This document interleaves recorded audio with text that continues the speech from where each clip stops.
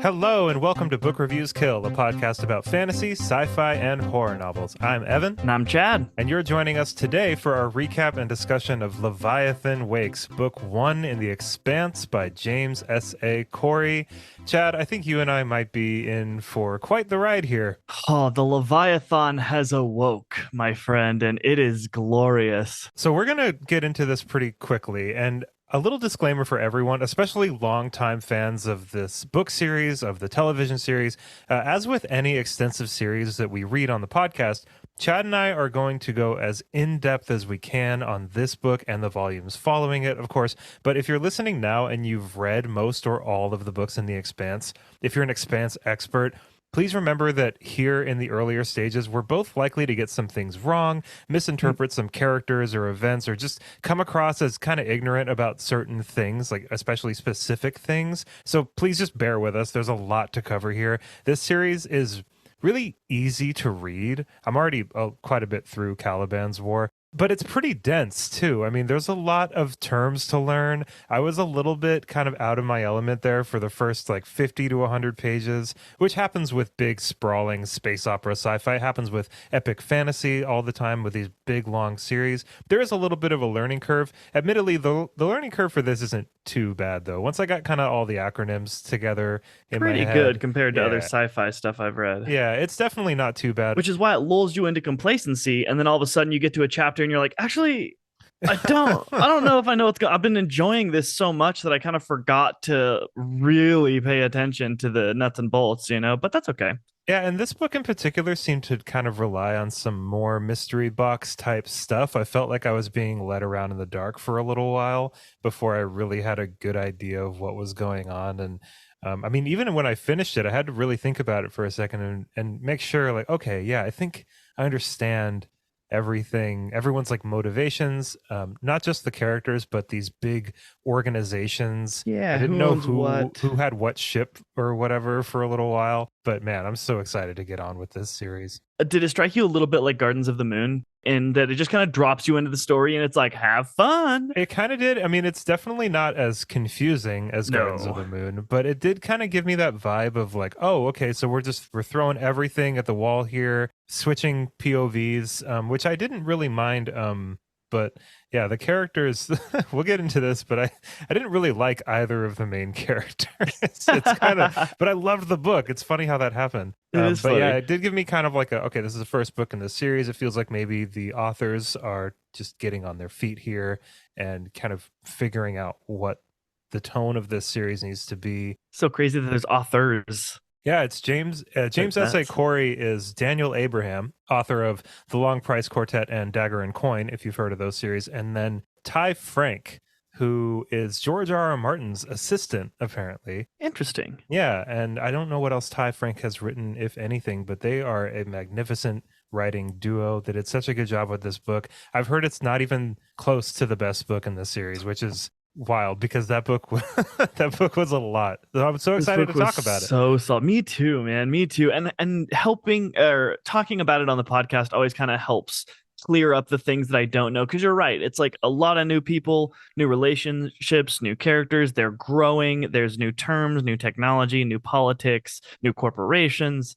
A lot of new, but I feel like I've got a pretty good handle on it, and I'm excited. We're going to be Expanse experts by the end of this. I'm going to annoy all my friends at parties who have seen the show, and I can say, well, in the books. Which I want to talk to you about in a little bit here, because I watched, I don't really remember the show too much from a few years ago when I watched it, but I watched the first episode just like a couple days ago. Oh, interesting. Yeah, I'm waiting to watch the whole thing once I'm done with the books, because I'm just annoying like that. I'm not going to get ahead of myself, certainly. Yeah. I just wanted to while it was fresh in my brain so I can notice the differences. Cool. Well, let's get right into the recap for Leviathan Wakes. Let's do it. The book's prologue shows a woman named Julie Mao trapped in a locker aboard a ship called the Scopuli. The sounds of a ship being overtaken echo in her makeshift cell, and after 8 days, she finally breaks free.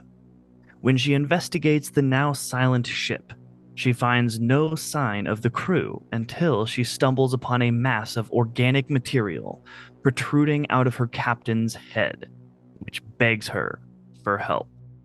We then center on an ice-hauling ship called the Canterbury, en route from Saturn's rings to Ceres Station. When it encounters a distress signal hailing from a nearby asteroid, 5 members of the Canterbury's crew are dispatched in a shuttle to investigate.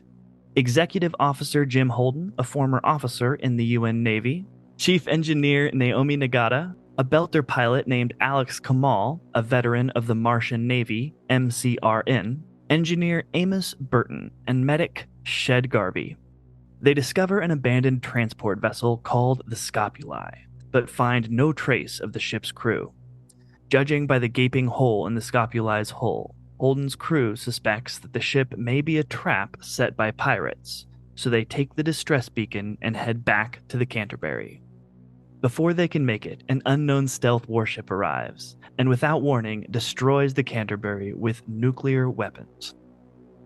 Holden sends an angry message to the attacking ship, but it ignores him and departs. Based on the highly advanced technology of the warship, and the discovery that the beacon from the Scopuli is of Martian origin, the survivors suspect the MCRN of being behind the attack. Hobbled in the emptiness of space, and with no clear plan, Holden broadcasts a message out to the entire system, implicating Mars in the destruction of the Canterbury, hoping to negate any attempt to kill them as a part of a cover-up. In response, the shuttle is ordered to rendezvous with the MCRN battleship Doniger, flagship of the Mars-Jupiter fleet. En route, they receive a message from Fred Johnson, chief of Tycho Station, an engineering outpost and construction platform offering his support. Johnson has been a highly decorated commander in the UNN when he was ordered to brutally quell a Belter uprising, for which he was nicknamed the Butcher of Anderson Station. Guilt-stricken, he had resigned his commission and become an advocate for the rights of Belters. As the shuttle makes its way to the rendezvous, they are pursued by a group of unknown ships. On Ceres Station, Belter detective Joe Miller of Star Helix Security, the Earth-based private security firm responsible for policing the station, is contracted to locate Julie Mao, daughter of the wealthy magnate Jules Pierre Mao, and send her back to her family on Luna against her will. When Holden's message reached Ceres, riots erupt, which leads Miller to discover that the station's riot gear is missing. Aboard the Doniger, the ship's captain denies any knowledge of MCRN involvement in the attack on the Canterbury, and instead suspects that one or more of the survivors from the shuttle may have bombed the Cant as an act of OPA terrorism. The unknown ships that were pursuing the shuttle ignore warnings to change course and are fired on by the Doniger. To the surprise of the Martian crew, the ships return fire and are revealed to be the same stealth ships that attacked the Cant. Despite the fact that the Doniger is one of the most advanced and deadly warships in the solar system, it is steadily overwhelmed by the mysterious enemy ships and eventually boarded. During the battle, a railgun round penetrates the hull, decapitating Shed. Realizing that the Cant survivors are the targets of the attack, a team of the Doniger's Marine contingent are ordered to evacuate them. Although all of the Martian Marines are killed in the process, the 4 surviving Canterbury crew members are able to escape aboard the corvette Tachi just before the Doniger is scuttled. Still unsure of who is trying to kill them, they decide to go to Tycho Station. There, the Cant survivors share what they've seen with Fred Johnson, who reveals that he is an influential member of the OPA. They receive new transponder codes for the Tachi from Fred, disguise the ship as a gas hauler, and rename it the Rocinante. Fred sends the Rossi, as her crew nicknames her, to Eros Station to find an OPA operative working under the pseudonym Lionel Polanski. On Ceres, Miller has noticed an exodus of criminals from the station. He also discovers that Julie Mao's father had warned her of an attack in the belt just 2 weeks before the destruction of the Cant. He is then confronted by Anderson Dawes, leader of the Ceres chapter of the OPA, who tells him that Julie Mao had joined the OPA and had disappeared while performing an important mission for them aboard the Scopuli. Dawes cautions Miller not to investigate the matter any further. Miller presents this information to his boss, Captain Shadid, but she also instructs him to drop the case. Miller, however, finds himself obsessing over Julie, and when he persists, he is fired by Shadid, who is revealed to be in collusion with Dawes. However, Miller is still able to access docking logs for all of the ports in the belt, which he had been granted access to before his termination. Realizing that the Scopuli was the same ship mentioned in Holden's broadcast, he is able to discern that the Rocinante is the former Tachi from its registry information, and he departs for Eros. On Eros, Miller finds the crew of the Rossi and follows them to the hotel where Lionel Polanski was listed as a guest. In Polanski's room, they find the body of Julie Mao, covered in a strange organic growth. On her phone, Miller finds logs detailing the progression of her affliction, which seems to be fueled by exposure to energy and radiation, and the coordinates of an asteroid where one of the ships that attacked the Cant is docked. Before they can leave the station, a radiation alert is declared, and station security begins herding people into radiation shelters. Miller recognizes some of the security officers as criminals from Ceres, who are wearing the missing Star Helix riot gear. He and Holden stay behind to investigate, while the rest of the crew is sent back to the Rossi. They discover that the people in the shelters have been dosed with an unknown substance and exposed to extremely high levels of radiation. As they make their way to the docks, they realize that the people in the shelters were infected with the same organism as Julie, and the radiation was used to feed its rapid growth. They see the infected attacking the security forces and spreading the infection to anyone who had been able to avoid the radiation chambers. They escape as it is being overrun. Fred contacts Holden and tells him that the analysis of a data chip belonging to one of the dead Marines from the Donager reveals that the mysterious stealth ships were built on Luna. Holden makes another public broadcast sharing this information, hoping to ease the tensions created by his prior implication of the MCRN. This strategy backfires, however, and the UN, fearing that they will be blamed for the attack on the Donager, launch a preemptive strike against the MCRN by destroying Deimos, site of a Martian military installation, which results in a standoff between the two sides. Miller and the crew of the Rossi follow the coordinates from Julie's phone and find one of the stealth ships, called the Anubis, abandoned. In the reactor room, they find that the same organic growth that was on Julie Mao's body has consumed the entire remaining crews of the Anubis and the Scopuli, whom they had taken prisoner. They find a video explaining that the organism is a biological replication mechanism created by extrasolar aliens and placed on Phoebe, which was then launched into the solar system with the intent of reaching Earth and hijacking its early biosphere in order to create something, but was captured by Saturn's gravity instead, thus sparing Earth. Protogen, the corporation who had discovered the entity on Phoebe and dubbed it the protomolecule, orchestrated its release on Eros as an experiment, tried to find out what it was designed to do. They had carried out the false flag attack on the Cant in order to start a war that would distract the solar system from what was happening on Eros. The Rossi crew nuke the Anubis and return to Tycho Station, where they discover that data is being transmitted from Eros to a secret Protogen facility. They attack the station, with the Rossi destroying the two stealth ships guarding it, and Miller and Fred leading a boarding party consisting of Fred's OPA soldiers, who are able to capture it. The lead scientist, Anthony Dresden, reveals that the scientists on the station had been modified to remove ethical restraints so that they could emotionlessly perform their research without empathy for the victims on Eros.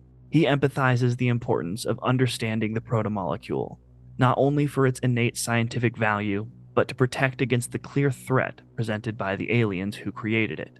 Realizing that Dresden's rationale is likely to be accepted by the powers that be on Earth and Mars, and his horrific research allowed to continue, Miller shoots Dresden without warning, angering Holden.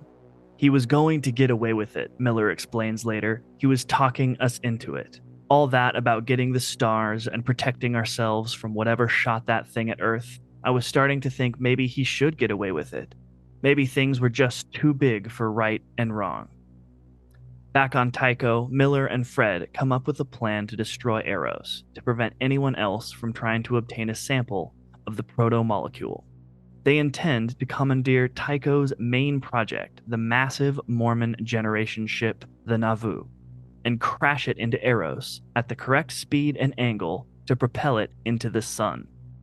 Miller leads a team onto the exterior of Eros to plant bombs to detonate its ports so that no one can get in and sample the protomolecule before it is destroyed. He then decides to stay behind and die when the others leave. Just before the Nauvoo impacts the station, the trajectory of Eros is inexplicably altered.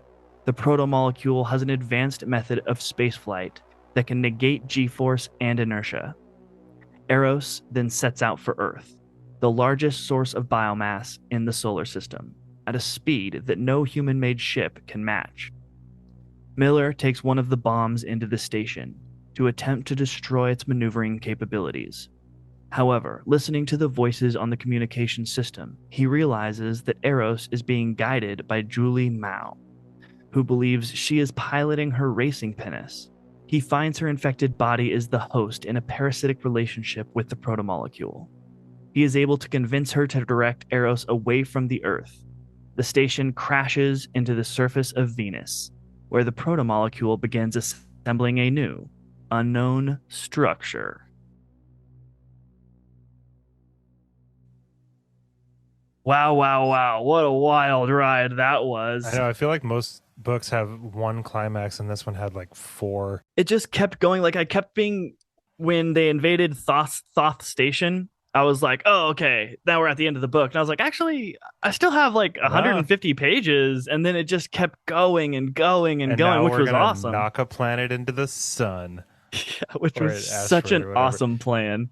Yeah, that was one of the parts of the book where I was just like, "Oh, really? This Yeah, is like, all right, cool. I'm here okay. for it." Let's try to get our bearings here a little bit. Was it just me, or did this book not mention exactly how far into the future this is? Like this whole story? Was it? Did you figure that out, or was that just not included? Should have read the first page again because I feel like I missed it where it was like in the year 2400, but I don't remember that at all. I have no idea what year it I is. don't think that's a thing. Yeah. Maybe I missed it, but I'm just assuming it's like a couple hundred years into the Yeah, future. That's at least it how might have how listed long the I feel like. year. If somebody knows, send us a message, and maybe we'll find out later in the series. Obviously, Yeah, it might have listed the year when it was talking about the invention of the Epstein drive. drive. Yeah, Yeah, the Epstein drive, which I thought was awesome. And especially how it's like the longest lasting memorial to human advancement. Like with a good telescope, you could still see him just cruising off because he didn't apparently invent a way to turn it off. what do you think about Holden and Miller? I mean, that's definitely what this book is about. It seems like their spectrum of morality is kind of most of whatever you can speculate on in this book. I feel like it's got like the half, ship captain with a heart of gold, who's Right. always righteous, and then we've got Miller over here, who's like this washed up. I'm too old for this shit. Like, Right. no, Semi-alcoholic, yeah, just kind of very loser classic detective. noir type feel to it.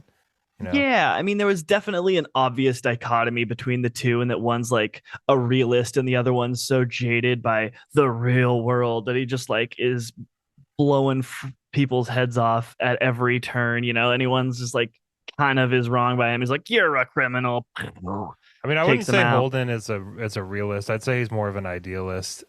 You know, Oh, he's that's what I meant to say. oh, Did I say okay, yeah, realist? yeah, yeah. Oh, thank you for the No, no, no correction. No, worries. yeah, I meant idealist. Yeah, And then maybe Miller is more of a realist, but he's more just like jaded and crusty and apparently not very good at his job anymore, though that was that a seems to weird be. part. Yeah, what did you think about that? Yeah. Like, because I didn't really get the vibe that Miller was like the office joke. I mean, maybe that was supposed to be surprising for us as well as him. But he Yeah, seemed to he be was. doing fine. I mean, he's not the best cop, but it's like he's in kind of a gray zone legally all the time on that planet anyway.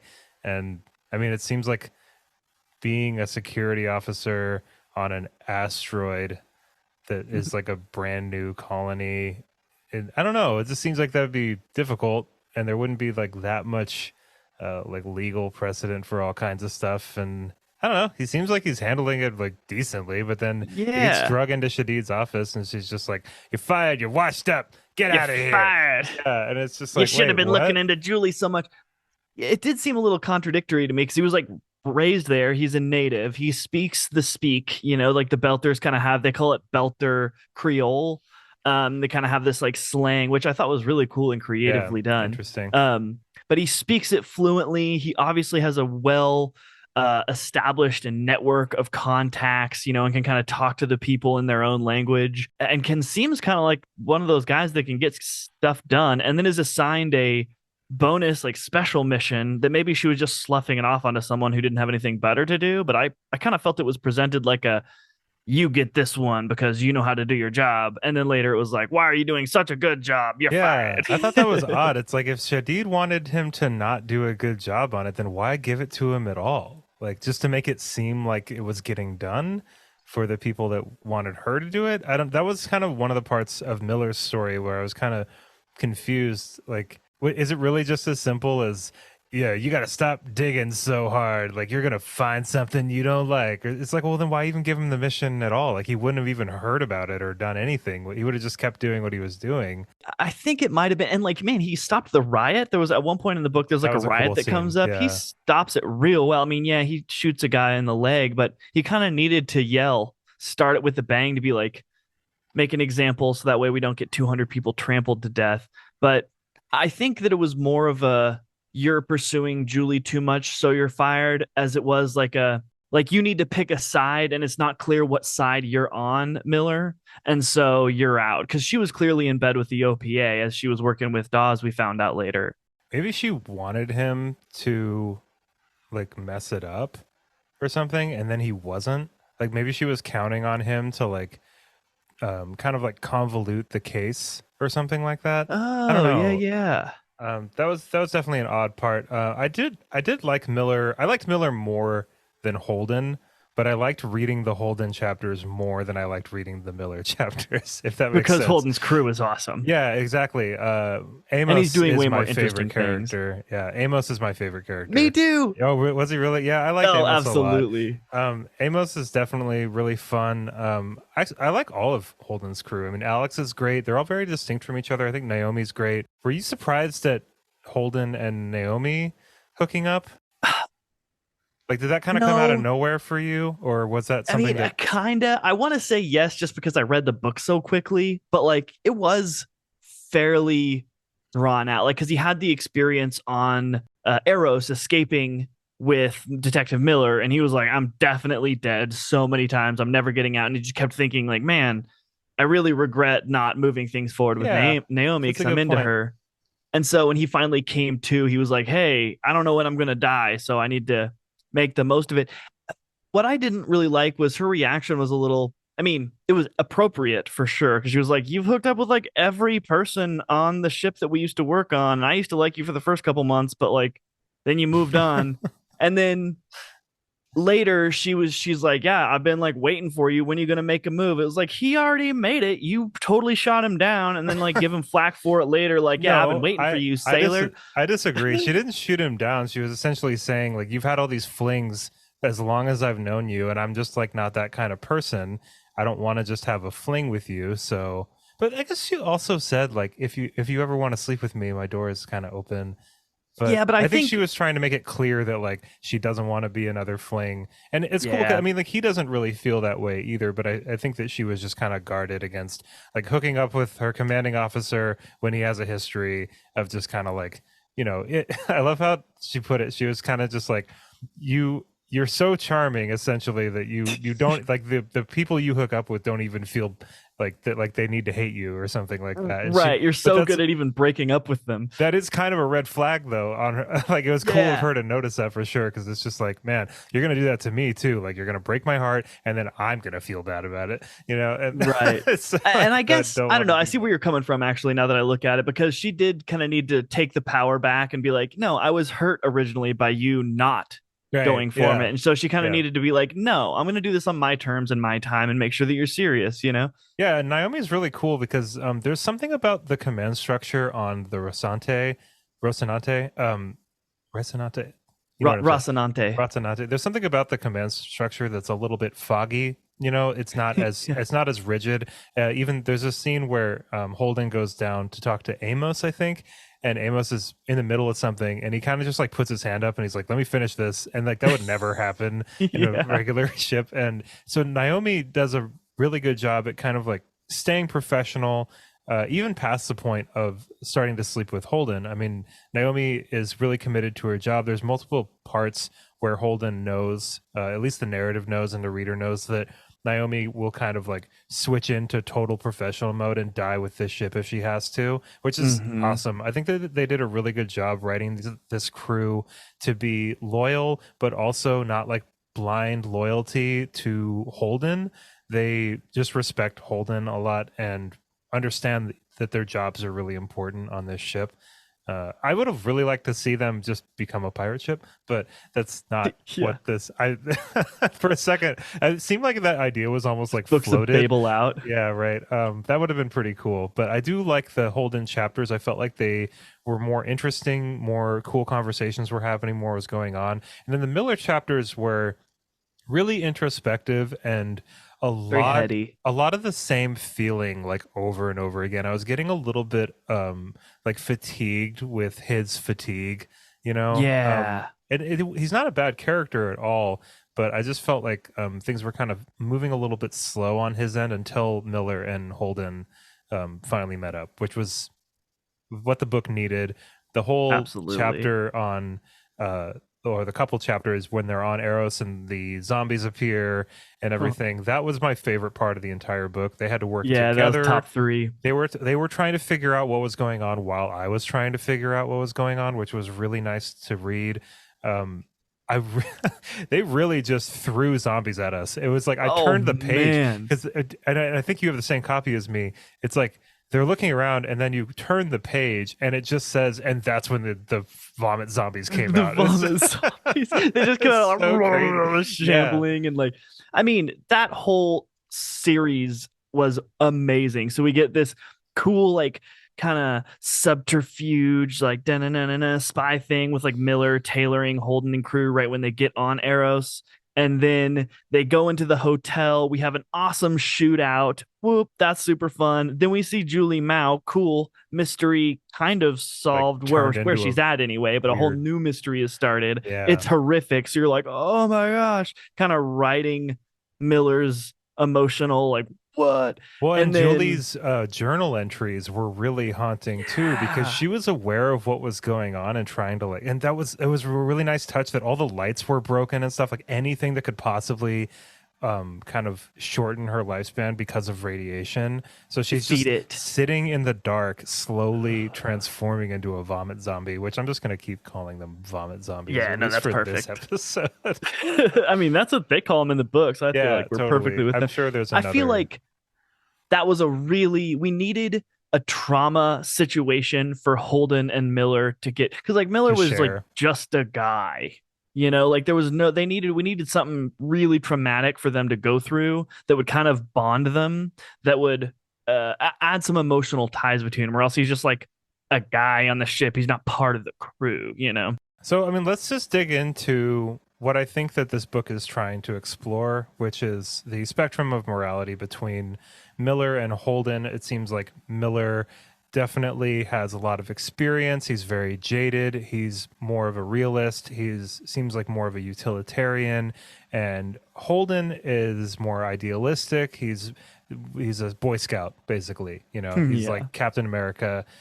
What do you think that Miller did the right thing in shooting Dresden? I know it's a kind of sticky question. It's supposed to it, be, but I would it definitely is. like to see where you're at there.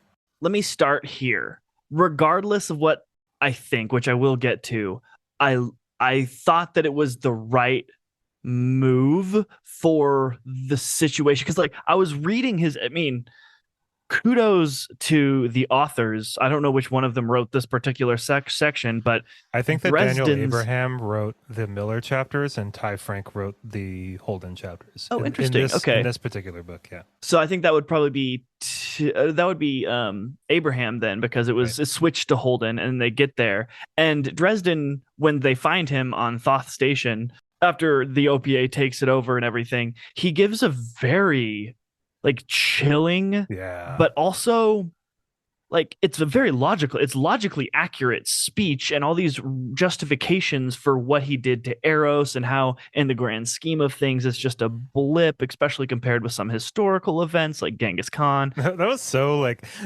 mustache twirly. Like, have you ever heard of Genghis Khan? Yes, Like, and I'm Genghis like, oh, well, here Khan. we go. Here we go. Yeah. I mean, that one wasn't the one that got it. It was just the like, these things launched a world killing weapon at us 3 billion years ago. They're gods now. We need to have a fighting chance. If we have any hope to have a fighting chance, we need to use this technology and master it. And if we need to sacrifice a few million people along the road of doing that, and like, I'm obviously, the summary is kind of like, well, maybe not, but like the way he says it is very good. And when I was like reading, I was like, oh man, like what are they gonna do? Like what do they even say to that? And then when Miller shoots him, I was like, yeah, no, that's what you say to that. And to answer your question with a affirmative, or with one way or the other, I say yes, he did the right thing. He was trouble. We already know he's capable of convincing the powers that be to let Yeah. him do dastardly deeds. He's got to go. It's funny because he has all these very pretty explanations for what Yes. he's doing, but also he's not working with all the information here. He's assuming and speculating quite a bit. Yes, this thing was shot 2 billion years ago. 2 billion years is an incomprehensible amount of time. That civilization Right. could be completely wiped off the face of the universe. Yeah, where have they been? Nothing at all. They haven't visited, at least to his knowledge. I think he was using that to justify creating this priceless commodity that he could then Mm-hmm. that they could then use to basically rule the solar system with. That's what I think it was. So I think that Miller, I'm just gonna say I think he was justified in it. I think Same. like, and his reasonings for it, that he was starting to convince all of us, like we were all gonna go onto his side, and we know what the right thing to do here is. That guy just killed 1.5 million people to experiment with this proto-molecule. Like, he's got to go. Right. A trial would have just, because that was Holden's thing. He's like, he was defenseless. He didn't have a gun. We weren't in a fight or anything. And it was like, he was like, he should have gone to a trial. And I was like, man, what would a trial have? A trial would have just made it harder, longer. No, we And he all know probably the would have right answer convinced here. other people too. I think that's Yeah. why there was that conversation between Miller and I can't remember who exactly he was talking to, but that's why Miller said he's dangerous. He's got such convincing arguments that are rooted in disinformation, or at least a lack of information, that are rooted in obviously wrong motives. Like, I don't believe for a second that Dresden really wants humanity to thrive and do. I mean, I'm sure he does if it benefits him, but he wants doesn't a have like an Nobel Peace Prize altruistic. for He genetic doesn't. brilliance. He doesn't want that. I don't think that was Dresden's MO at all. I could be totally No. wrong about that, but and it's funny because there's a line that Miller says When he's talking with Fred Johnson. when he's talking with Dresden, because Dresden is saying all this stuff. Miller says something along the lines of, he's quoting Matthew 4:9 from the New Testament, and he says, all these things you'll give me if I fall down and worship you. And that's like the last temptation of Christ or whatever.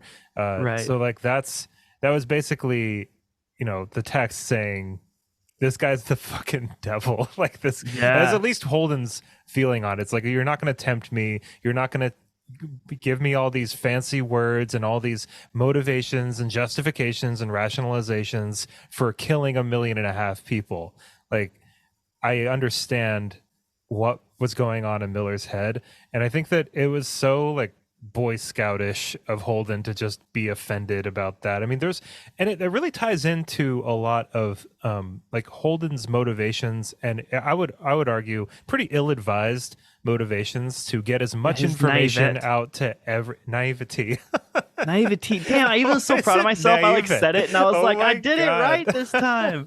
Anyway, Naivety. That sounds so dumb. think it's naivety. Anyway, it doesn't matter. Naivety. Okay, But man. Holden has this weird habit of, as soon as he gets information, blasting it out to everybody, Gosh, and in my dang. opinion, it's ridiculous. It's absolutely unnecessary. I mean, he as soon as, and I understand that he was in an emotional state. He was really upset, obviously, that the Even more Canterbury. of a reason to not.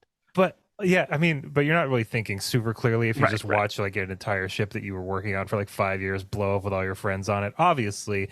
But Miller is correct in saying we can't just blast this out to everybody. Look what happened. And it's funny because Holden is trying to do the right thing here, but what happened? What ended up happening because of Holden Twice. blasting that out? A bunch of people died. A bunch of people, Yeah. this big conflict that he fed right into Protogen's hands by He doing gave this. he gave the solar system the Franz Ferdinand murder that started the whole system going into it. Was already tensions were so high. All it needed was a little push, and him, without knowing even a quarter of the story, just blasted out. What he blasted out wasn't untrue, but it painted a picture that That wasn't Mars was true. basically attacking OPA ships when it wasn't. Maybe Mars wanted to, but they weren't. You know what I mean? Like Right. tensions were high, obviously, but all he did was make the tensions even higher, basically start a war.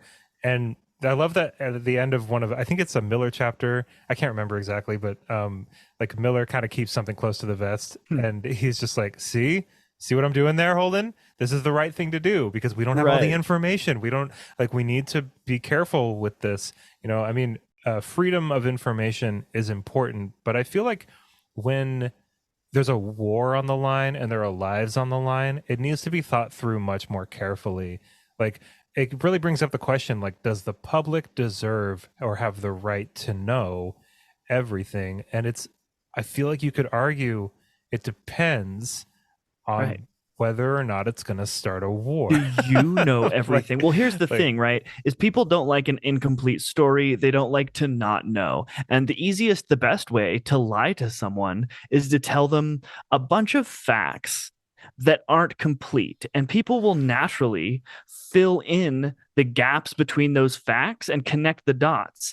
And you gave them nothing but real information, and they did your work for you and are now lying to themselves because they don't like to not know. And so they'll invent this whole story based off of an incomplete set of data that you've provided.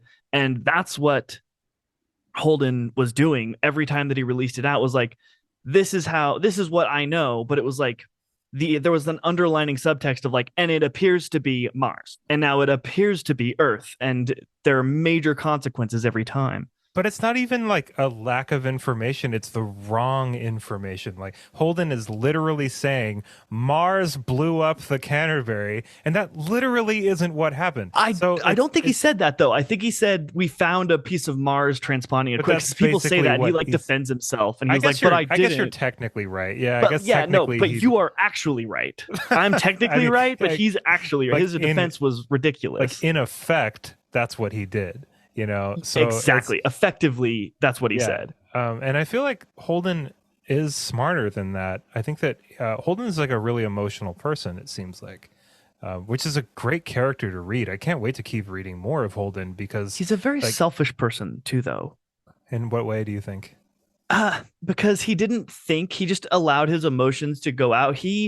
I Not a don't very think that. commanding officer type thing to do in that Yeah, like situation. Yeah. I don't know. He was, every one of his decisions was based off of like, what do I feel like? Like, okay, He so wanted you're retribution. right. Like, okay, so now you have the best ideas, Holden. You think that your way, like, you're just gonna hate on him because obviously Detective Miller is wrong. Like, no, that's like pretty arrogant and selfish of an opinion. He's just like, I'm emotional, I'm mad, this is what I want to do and tell everybody. And like, I don't know, I feel like a lot of what he was doing, when he calmed down, he like put the pretty statement of like the people's right to know, but like really at the time he was like, F this. And like, Yeah, I think I see what you mean. also he um, was raised as like an only child with like what, three moms and like eight dads. I Like that's love gotta that. produce I a thought that pretty. was so cool. Me too. Yeah, I thought that was really cool. He's very I love how, like the kind of like nods to like society has kind of like evolved, and there's just different ways of doing things now. We are living very much in the future, but also there's some parallels here for sure that were a little bit depressing, honestly, to read. It was depressing to the notion that once, even if we colonize the solar system, there's still these petty the differences that we focus on, that we turn molehills into mountains. About, like the belters are this disgusting kind of like poverty stricken, like worthless part of the solar system, but they're like supplying ice and water to everything. There's like a symbiotic relationship happening here in the solar Oh, they're a system, major source of but resources. people just don't really. There are plenty of people that are willing to have prejudice against other humans, but they just look a little different, they talk a little different, and it just kind of bummed me out. It's like, man, like even if we still got this going on, like, Right. damn it. And it's definitely interesting to look at through the lens of so much advancement technologically, but still, like even on like an interpersonal or inner community level, it's still, there's so many different factions of people and cultures and beliefs and stuff that,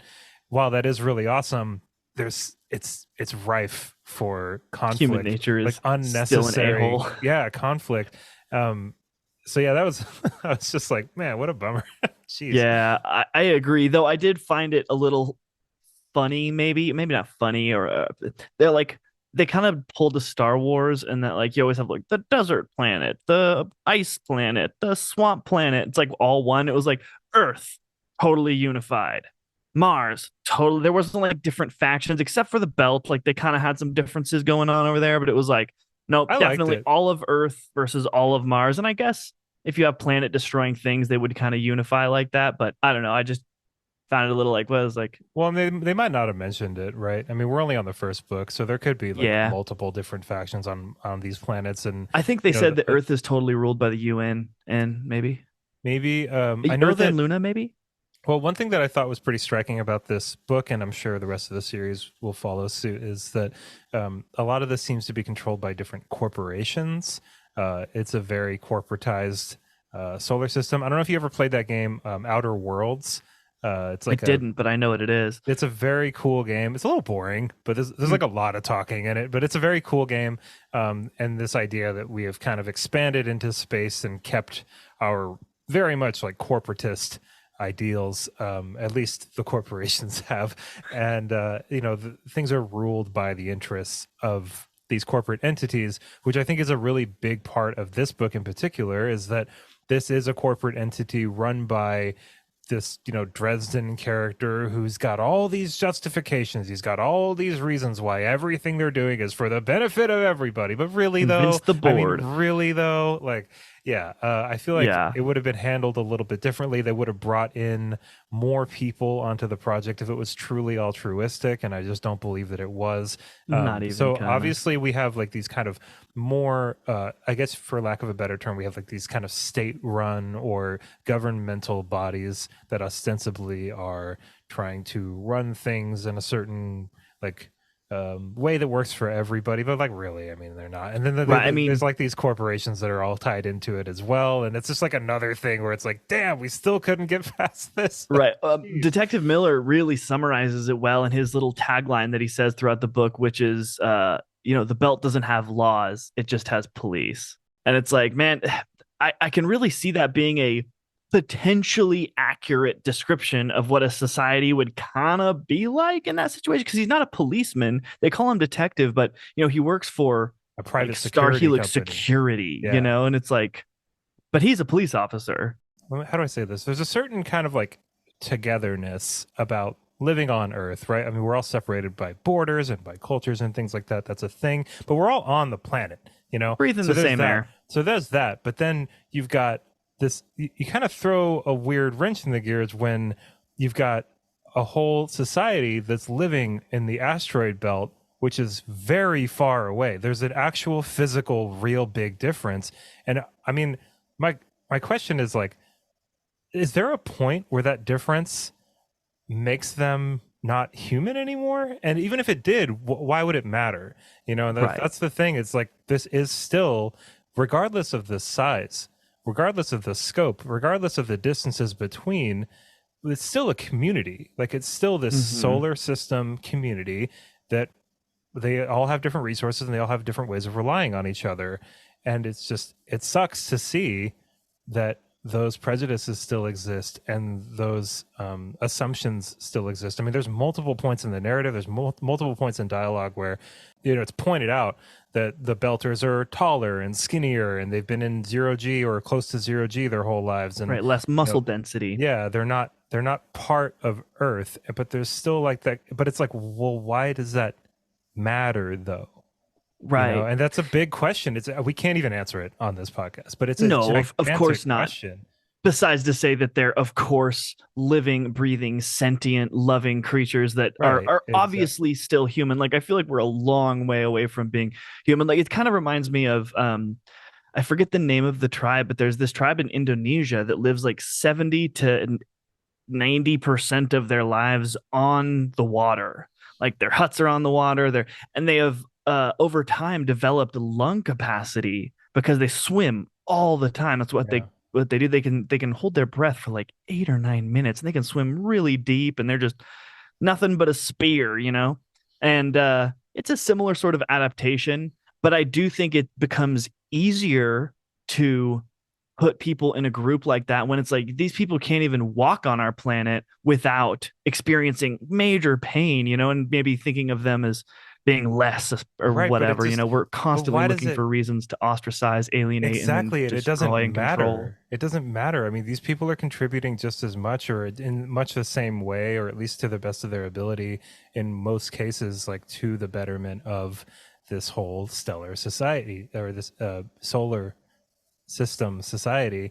And yeah, we just keep dragging out conflicts and Yeah. like there's It's it's the ah, expanse in that we have expanded beyond our planet, but we have not expanded beyond our basic human failings. beautifully put. Thank you. I want to move on to Miller and his, in my opinion, Uh, kind of let me odd. ask you this. Let me ask you this. Okay. Because you've been asking me, and Oh I yeah, know yeah, what yeah. You have you're questions. gonna Yeah, say yeah. here. I think because okay, I won't even say what I think. What did you think of Miller falling in love with Julie Mao, and Okay. was it an aid to the story, or what was your reaction? Okay. So at first I was like, "This is dumb. This is dumb. What Same. is going on here?" But obviously, I read into it a little bit more, got a little deeper with it, and I think it makes sense. So there's a part of the book where it sort of gets explained, even, and it says something along the lines of Julie had become the part of him that was capable of human feeling, and that meeting her, like he's aware that meeting her would have been a disappointment for both of them. So it seems like Julie is like Miller's last grasp at some sort of compassion. It's like there's some part of him that knows how cruel and chaotic and horrible the universe is, and even the galaxy that he lives in can be. And he wants to believe that there's a part of him that can maybe rise above it. Okay, yeah, like his last grasp on humanity. Do you think it was him discovering that she would have sacrificed her childhood, the Razor, her mom's threatening to sell her racing ship, the Razorback, that was the clincher that flipped him into like, I love this person now? I think it was just a lot of little things. Okay.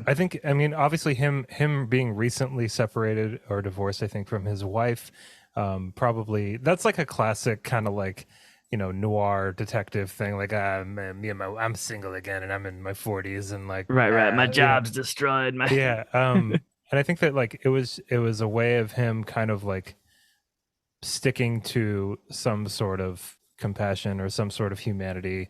I don't think it was handled like super well. I do Yeah. understand that he's kind of like losing his mind throughout the story, or at least not losing his mind. You know what I mean, though. He's kind of like spiraling into more of a fantasy and less of a reality as the story keeps going. Yeah, and like a self-hatred almost. I got kind of sick of it, and I think that, Yeah, but I me too. think I that wish it like would have been a bringing, father-daughter, not a love thing. Like interesting, yeah. romantic, because it and that was just kind of weird to me and almost creepy. I just kind of, I don't know. I felt like it could have been just steered a little bit more delicately because it was just like kept being kind of pulling me out of the story and me being like, okay, what? Yeah, I had a couple moments like that too. I mean, I think that uh S.A. Corey did a pretty good job at kind of like roping Julie back into everything. I think that if not for that, I would have definitely had more of a problem with it. But I think that Julie actually being the person or the the mind that's controlling an entire like planetoid type thing, she has become kind of, yeah, that was cool. I thought that was like a really good way of tying everything back together, and then like Miller's kind of in tune with it as well, and has been getting more in tune with it over the course of the book because of his own experience and his own mind and stuff, and it worked. And I was very Yeah, ready she to kind of like put that whole plot point aside and just be like whatever the same. hell that is, but it really, they pulled it off. Yeah, they did pull it off. I mean, I definitely had an eyebrow arched in the direction of like, okay, there's like 3 million, and she's the one because she was the first. I guess she was probably very well established first, so she kind of orchestrated it. But like, if she was orchestrating it, it's like, so she killed them all and rolled rib cages down, whatever. I did like how they made Julie Mao become an idea, like a little slice of the personality pizza that was Holden, or that was Detective Miller. Like when he's wheeling the nuke and he like makes a joke that's really like self-deprecating and sarcastic, and she's like, yeah, wouldn't that be great? And she's like floating next to him with her hair just kind of like floating about. I thought that was, it was a really cool visualization. Yeah, I don't. Yeah, by the end of the book, I just didn't really have much of a problem with it. But like I said, I mean, like Miller's chapters were very sluggish, in my opinion. Even towards the end, there's just like these big, long paragraphs of him just kind of thinking about stuff and thinking about his Thinking about life, and stuff. that's great. I'm not saying that I don't like reading those kinds of things, but I think that like when we have this big climax that's happening at the very end of a 560 page book, like having these big giant chapters of him just kind of thinking along like slowly to himself and kind of going crazy, it's just like the actual act of reading it, I was just like, man, I thought we were knocking this thing into the sun, like I thought we were blowing this planet out, like what's going Right. on? So I was I kind of mean, happy to get to those Holden chapters because there was just more going on, but that was just like my own personal taste. I Getting agree closer to the end of completely. the book, you know. Yeah, and especially it was maybe even made a little bit more pronounced by the fact that you have these chapters happening simultaneously with these flipping over to Holden and crew who are being crushed by G forces, who are getting Earth to stop, like, or getting Fred to take over the nuclear arsenal that Earth launched, that are getting in like almost firefights with other ships. Like, they're very exciting things. So it might have even been like the difference between the two, you know? As good as this book is, I mean, was there anything in it that you just didn't really sit right with you, or that you didn't really enjoy? Yeah, I'm glad you asked me that actually. Because okay, so they get done with Thoth Station, which was one of my favorite parts. I loved the attack. I think I liked the aerial battle more than the actual invasion of the station. But Yeah. afterwards, everyone's like hero and they're going back, except Detective Miller is holed up with Diogo, this Belter kid who's awesome, by the way, but who's like 16, and he's just like slumming it, and he's broke, and he's just like so sad. You mean And it was after they just get back like, to Tycho Station? yeah, like, Yeah. and finally he goes and talks to Fred to be like, can I have a job? After he goes and like asks randos for like security jobs, and they're like, you're way overqualified, like investigative report, what was it, investigative research or analytics or something is on his Yeah. resume, and the guy's like, well, you don't need that, man, like anyone could do this. And it was just like, okay, first off, he obviously should have gone and talked to Fred right away, and then second off, I kind of felt like he was kind of getting the short end of the stick by everybody, with any amount of power, Holden and Fred, to be specific, that they should have like, or at least Fred should have like taken care of him or something when they got back, like, hey man, where are you staying? Like, to make sure that he wasn't going to be living in the dumpster. I don't know, what did you think about that part? I kind of like half agree with you, or I mean, I guess I mostly agree with you, but I see some different reasons for what was going on. I mean, for one thing, Miller is just not mentally in a very like constructive place right now. Like, I don't think he thinks much of himself, which is why. I mean, even before all the stuff that happened on Thoth, and you know what I mean. There's a lot of Yeah, things kind of like in his way as far as like progressing and lifting himself up by his might be proverbial bootstraps. self-prescribed. So there's that. I don't know how big of a part that really played into this. I mean, I think as far as him being kind of cut off from the Rocinante crew, uh, like the crew does whatever Holden says. Right. That was You fine know, with yeah, me. that made a lot of sense, and Yeah. it sucks because there was like that really awkward conversation between Miller and Naomi, and I think Amos. And Yeah. Yeah. I actually I, really liked that it's funny that you conversation. mentioned. I kind of didn't like that Oh, conversation. really? I That's mean, so funny. I liked that. Naomi and Amos seemed. I think it was Amos Yeah. seemed I liked really. Amos and Miller. See, I didn't like Amos and Miller's conversation. It felt like kicking Miller while he was down almost. Like it felt like an unnecessary, not unnecessary to write, but unnecessary in like the book for Amos to wait around and be like, "Let me just say one more thing." Like and it's just like, dude, he already knows that he's why. He already knows every reason why he's not part of the crew anymore.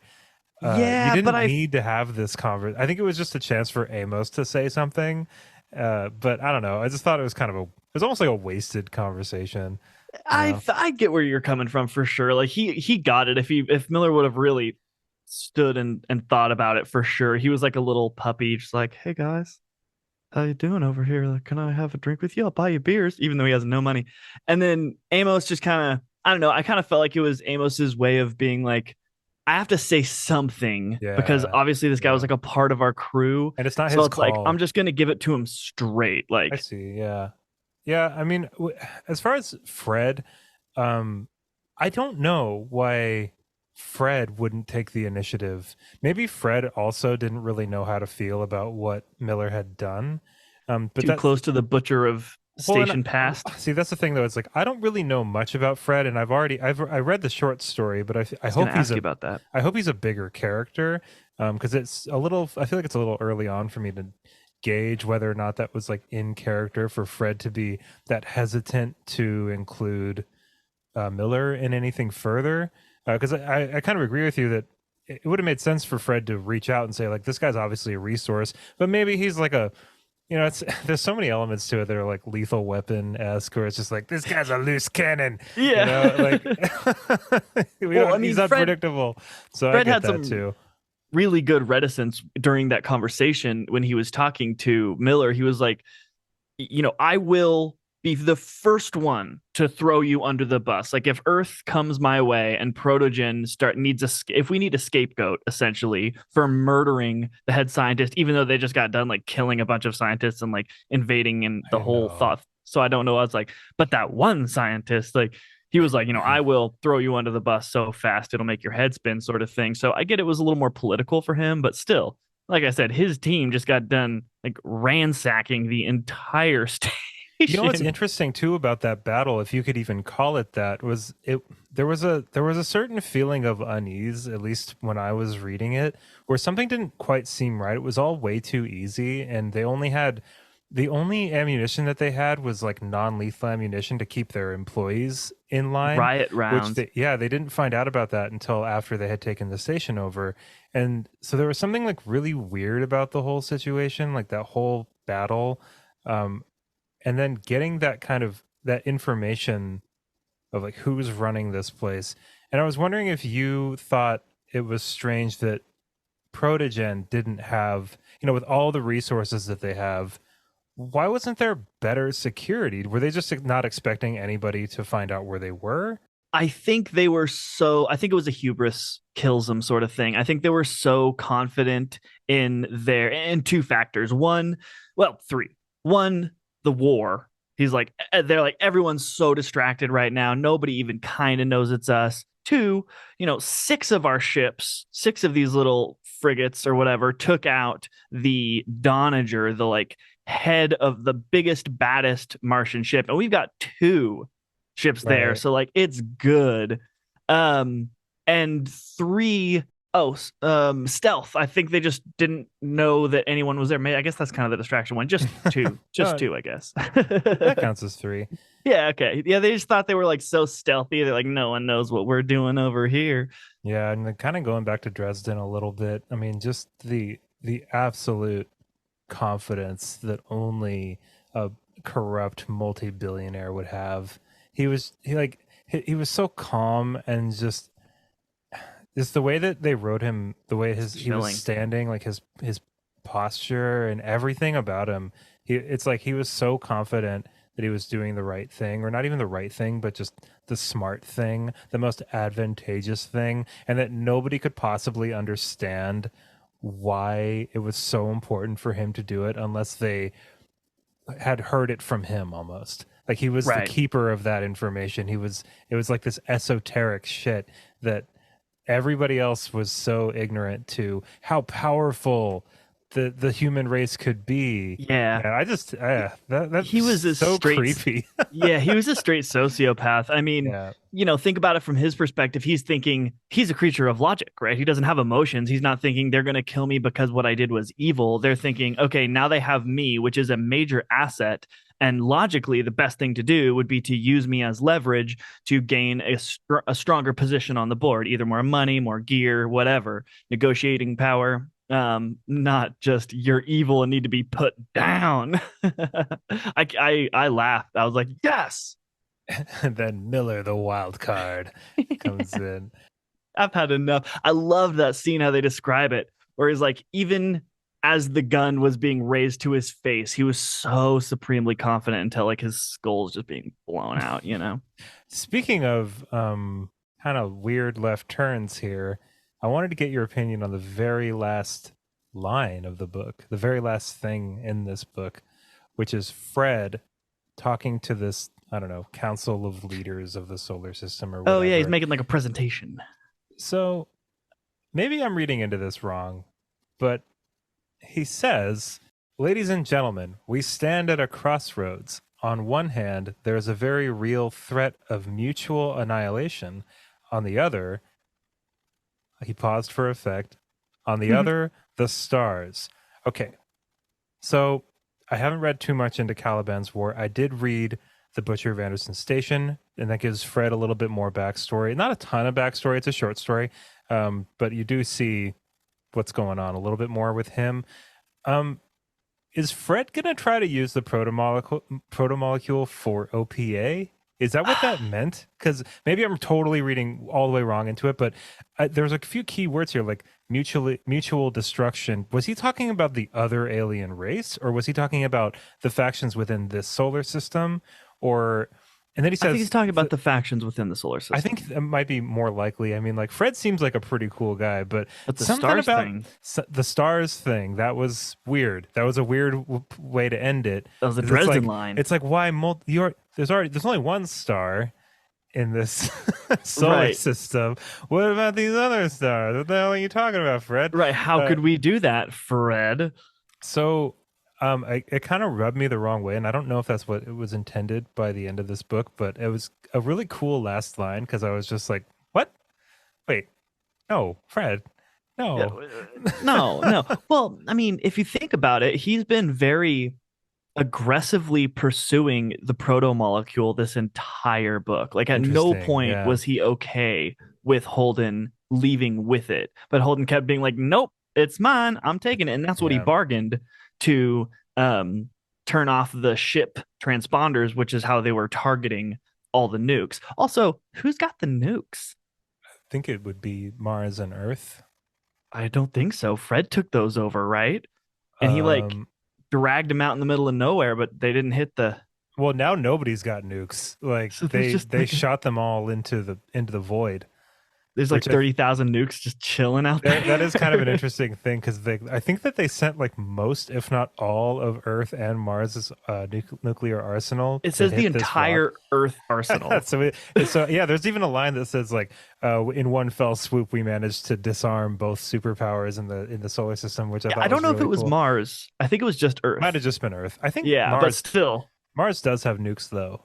Oh So yeah. maybe what if they what if they accidentally like disarmed Earth and now Mars is the only one? Oof, jeez, Oh what boy. a mess.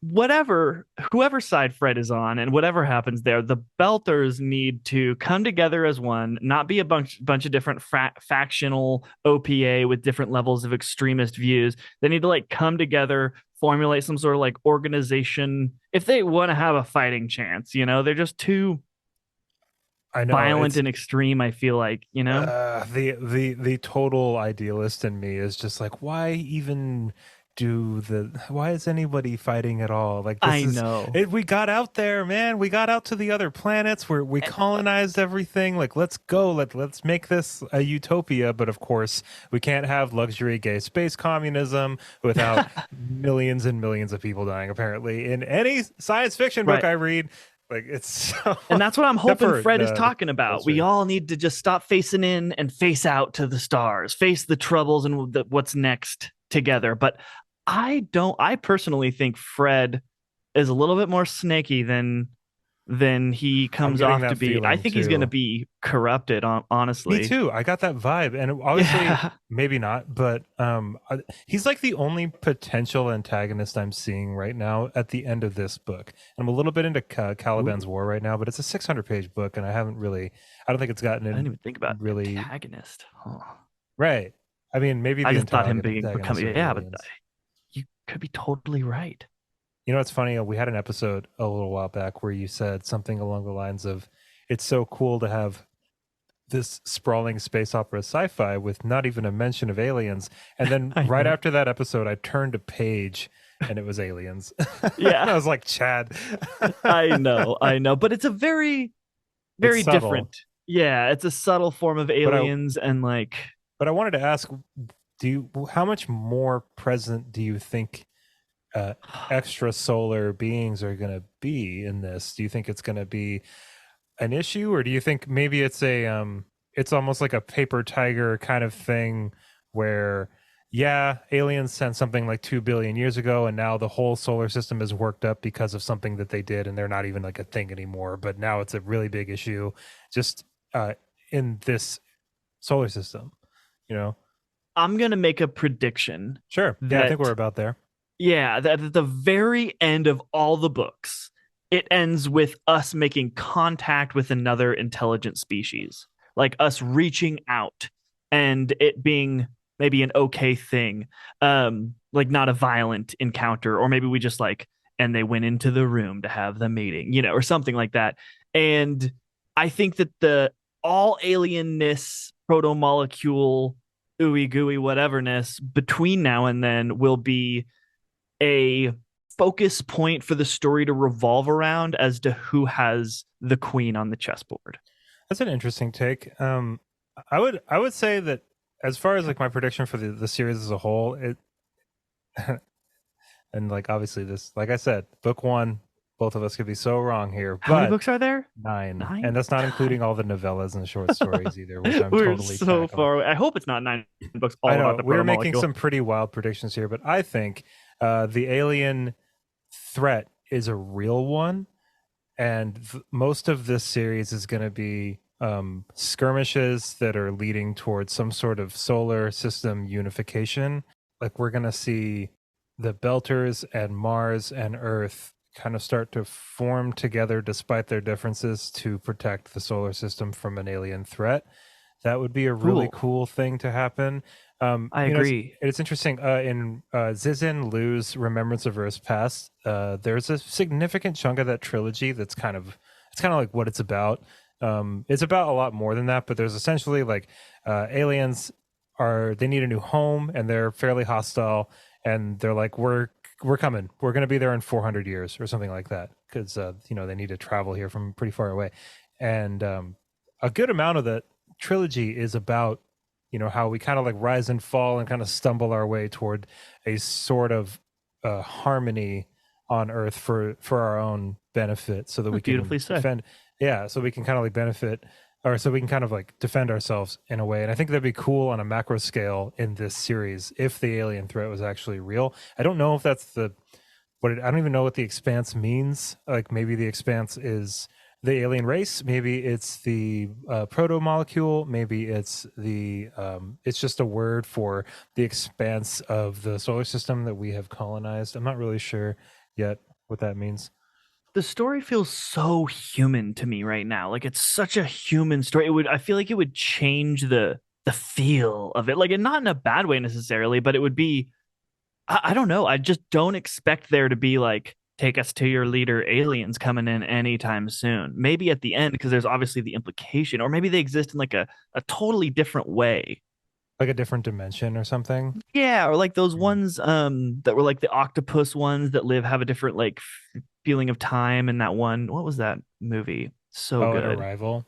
Yeah. Yeah, totally. Something like that, maybe. I don't know. Because like I don't necessarily think that the hurling of the protomolecule on a moon was a nefarious action necessarily. Interesting. Yeah. And Maybe just a maybe, seeding. or maybe there is like an actual almost subjectively terrible faction that's going to pop up, whether it be Earth or Mars or the OPA or whatever, and then the aliens come in and side with one group or something. That'd be interesting. Oh, that would be Or interesting. What we if it could was be 100% humans? wrong. I've thought about that before. Like, what if like humans, just much more advanced humans, came to Earth and they all looked Right. exactly like us, and they were just like, no, this is the only way that life exists. We just eventually become humans. It's Right. just We're like it's apes into, pre-Egyptian. and they're just like, oh yeah, we thought you would all look like octopuses too. It's weird. Like, it'd be cool, but also really disappointing. Like, oh Hmm. wow, you all look pretty much exactly the same. All right, that's cool, I guess. All right. Yeah, I'd be a little bummed. They all speak Yeah, English. before we wrap up here, I have a few more questions for you that I just okay, it was awesome, but I feel like it's kind of silly. Okay, the whole Navoo plan to just like let's take this huge ship and we're just I gonna can't believe hurl we it didn't into talk this about other that. thing and like I don't know. Like a Yeah, I wish they snooker would have like ball. given me a little more of like a scientist being like, "Hey guys, the orbital mechanics and if you do this." And it's like, can you just do that? Can you just I don't know. It seems like Eros was so big, like really Navu would have adjusted it. And I know it would circle in, like it would put it on a trajectory. It wouldn't just like aim it right at the sun or anything. But like I don't know. Mhm. It just seemed like a well, let's just smash a ship into. It seemed like a ridiculous plan. Yeah,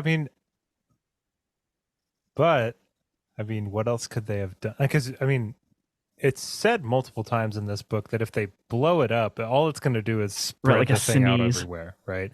Especially because it relies on radiation to grow.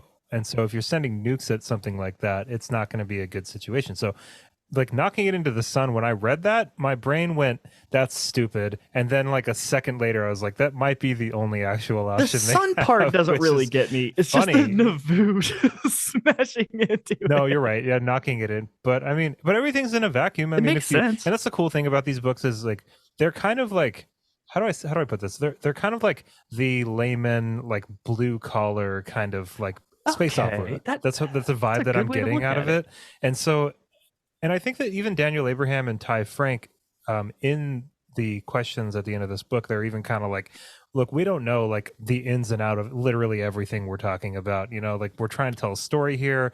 We don't have to get into the exact velocity that this giant ship would have to hit a moon at for it to go into the sun. Like we're gonna try it. It's not even gonna work. Right. So what's the point? You know what I mean? Like it's just the spectacle I feel like would almost be ruined by the I agree. specificity, and so I don't I really want agree. There's like, do you think it's that's just cool? And like, it's like obviously, yes, it's so radical, but I just was like laughing that whole time. yeah, no, I totally see what you're saying, but it would almost be like talking about like the tension on the string on the scorpions in Game of Right, Thrones. You know what right. I mean? It's just like what Doesn't it just matter. works, Yeah. it doesn't The need dragon's wings are yeah, big I enough to mean whole heft like its body, yeah, like, yeah, exactly.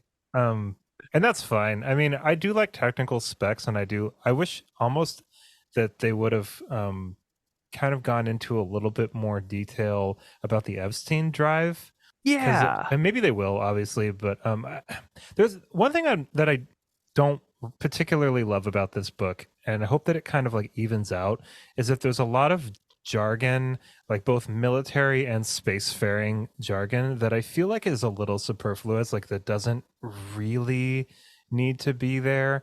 Um, and I Acronyms think, and such. well, it's not even necessarily acronyms. It's just like terms for different things on the ship that, like, I don't know. Maybe it's just that's just me and my taste, and I think there is a certain immersion element there that I feel like I'm watching something that's kind of outside myself if I don't quite understand like literally everything.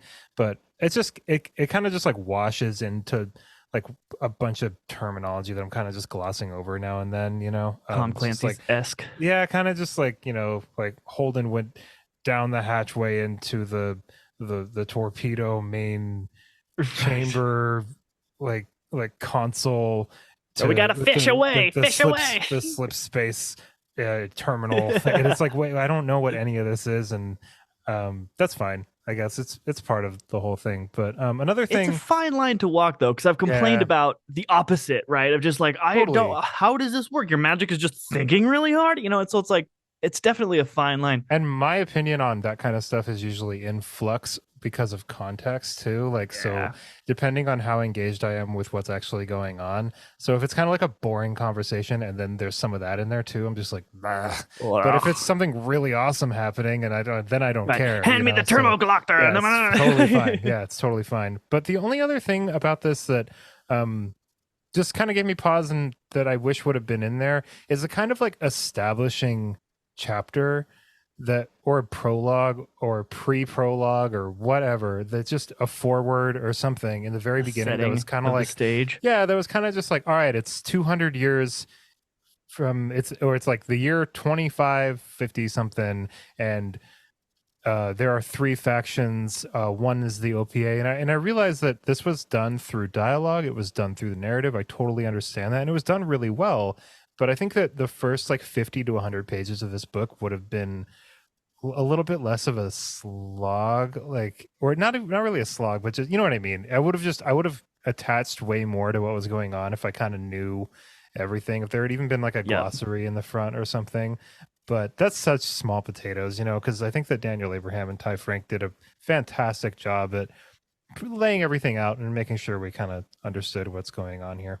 There was so much world to give us. I'll say two things. One thing I did really like was, and they kind of touched on like, this is how the Epstein drive works. Our mechanics are fine. Is like, there's a conversation that I believe Naomi has with Amos, or maybe it's Alex, that when Eros Station moves, she was like, it did it almost perfectly efficiently. Like there was no heat loss, and that's like the holy grail of machines is like converting like heat to energy and not having any loss of that, And then one of them, Amos or Alex, says like, yeah, well, there's still like a 200-pound megaton explosion. She's like, yeah, that's nothing compared Yeah. to the amount of energy required. So like that was like that's kind of where the line is for me. Like, okay, cool, cool. At least I'm confident that these people know the science. I don't need to That's know really it, but important. No, they for know it. sure. Yeah, absolutely. Um, and then the other thing that I'll say, and I don't know if you have watched, I don't think you have watched any of the show or anything, but I felt the show, I don't think it starts with a date, but definitely the first episode, the first 10 minutes is like in the future of man. Okay, yeah. Like the space has been divided into three different civilizations, and it does exactly what you were hoping that it Yeah. does, like a really good job of it. Though they make a bunch of little changes that I thought were stupid. So Yeah, I haven't watched the show. I think I tried watching it like years ago. I think I watched the first episode.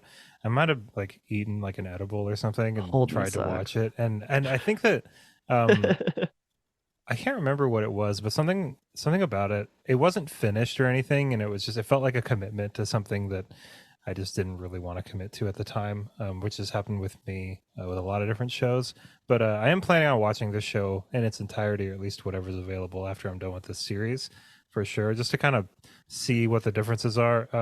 I've gotten like a very kind of polarized response when I mentioned it on social media, like about the show. Like most people seem to really like the books, but with the show, it seems like people really enjoy the first couple seasons, and then I Hmm. guess once it went over to Amazon it started getting weird, but then other Huh. people say that once it went to Amazon it started getting really good, and then some people say that it's better than the books and some people said it was worse than the books. So yeah, I don't know, I don't even I've know who only to ever seen the believe. first season, I think. Okay, yeah, And I I don't know. remember it was good. I liked it better when I watched the first episode just a couple days ago because I'm seeing it through this filter now. When before it was kind of like a biker space show. Yeah, I got Altered Carbon and The Expanse mixed together Oh, for like the longest time, which is so weird because like they're obviously really different names for TV shows. But I think they came out like around the same time. And uh, Altered Carbon is Richard Morgan's work, and I've heard that it's those are really good books. But I don't know. I've heard like kind of the same thing with the show, where like some people really love it and some people don't. But yeah, I'll give the show a shot. If anything, just to see the visuals, I think, because it's like I Yeah. remember when I was watching the episode, just the first episode, the other night. I really enjoyed seeing the Canterbury. I was like, oh, that is so huge. Like they do a Yeah. really good job of scale, which was nice to see. But like, I don't know. Well, I I think don't that's like gonna. Holden at all. I don't know if we're supposed to like Holden. True. Maybe some people do. Maybe Boy Scouts like Holden. Like the same people Captain that America. like, yeah, So, people man. like Superman. Yeah. Yeah. I think that's going to do it for us today, everybody. That was a nice long episode for the first book in the Expanse. I'm sure that we're going to have quite a few more conversations, and this is only going to get deeper. And I'm already totally in love with this. I think it's a fantastic book, and I'm a little bit into Caliban's War. And honestly, I already kind of like it more. It feels more focused. Really? It feels more like, I don't know. Maybe it's just because I read the first book, but it just feels better. There's different point of view characters. It's not just Holden and then this other guy that's like Holden's foil, and you know what I mean. Like I'm ready for it not to be like the space team and then the guy on the asteroid who's really sad all the time. Me too. I'm gonna end with one final like cool question. Do you think something weird is happening on Venus? Because remember at like the very end of the chapter, they were like, there's like these two structures on Venus. Like what's going on over there? Crystal that are over 100 feet or a meters, maybe. I don't know. There's a big difference between those. Fred is just like, bah, we'll figure that out. At least that's the vibe that I got. Yeah. I think the proto-molecule has enough radiation and enough organic material to do its thing, and it's going to keep doing its thing. And it might manifest itself in a little bit different. And I don't know if it'll be Julie Mao's brain or maybe a combination of Miller and Mao, but it's still doing something, and it's going to be, we might even forget about it with all this other drama. Then all of a sudden it's going to be like boom, alien stuff again. Oh, I'm excited. Cool. Me too. All right, that's going to do it for us today, everybody. Thank you so much for listening to our episode recapping and discussing The Expanse, Book 1, Leviathan So Wakes. tasty. Yeah, I'm really excited to get to the rest of these. But for now, we're going to leave it at that. Everybody, thank you so much for listening. I hope you have an awesome rest of your day. And of course, happy reading. Bye, everybody.